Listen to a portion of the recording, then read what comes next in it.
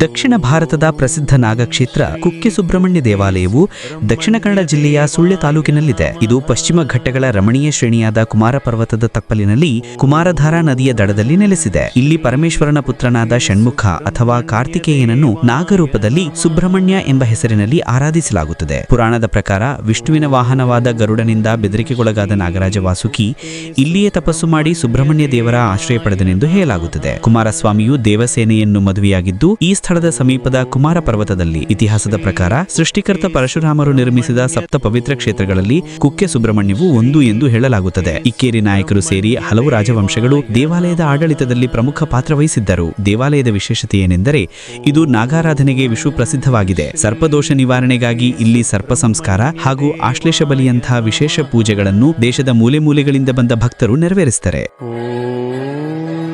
ಶ್ರೀ ಕುಕ್ಕೆ ಸುಬ್ರಹ್ಮಣ್ಯ ದೇವಾಯ ನಮಃ. ಓಂ ಶ್ರೀ ಕುಕ್ಕೆ ಸುಬ್ರಹ್ಮಣ್ಯ